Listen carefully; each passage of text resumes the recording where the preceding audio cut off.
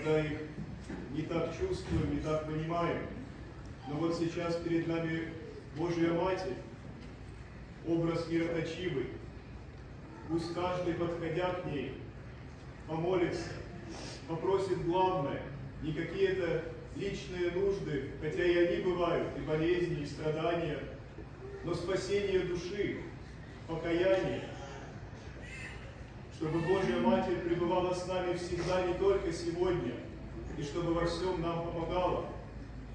We thank Father Nectari for being able to come and visit our convent. Sometimes we have visible miracles, sometimes invisible. Today in front of us is one that is visible, that has to move our faith, move our heart.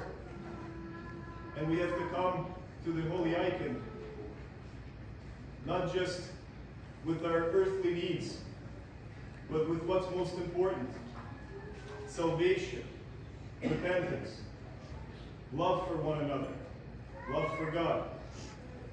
So when we come up, we must ask for these things so that the Mother of God will continue to help us throughout our life and not just today. Amen. Amen.